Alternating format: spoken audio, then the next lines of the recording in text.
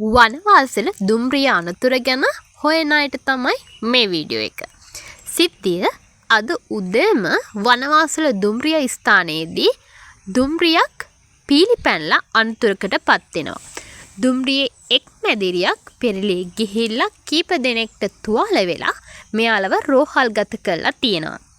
අනතුරට හේතුව දුම්රිය දෙපාර්තමේන්තුවේ ගමනාගමන අධිකාරිතුමා කියන්නේ දුම්රිය මාර්ග මාරු කිරීමට යොදා ගන්න පයින්ටුවේ යකඩපටි යම් පිරිසක් විසින් ගලවාගෙන ගිහිල්ලා මේ අනතුර සිදු වුණා කියලා.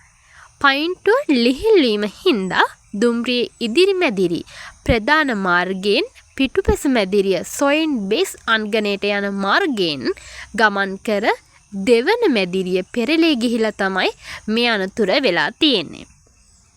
මේ සම්බන්ධව කරන පොලිස් පරීක්ෂණ සිද්ධිය සම්බන්ධයෙන් දුම්රිය දෙපාර්තමේන්තුව පැමිණිල්ලක් කරලා තියෙනවා. පොලිසිය ස්ථානීය පරීක්ෂණයක් පවත්වලා තියෙනවා.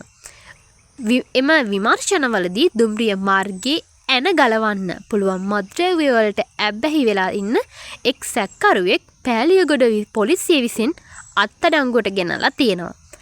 මාර්ගීය තත්ත්වය අනතුර නිසා එම මාර්ගයේ දුම්රිය ධාවනයට බාධාවක් ඇති වෙලා තියෙනවා.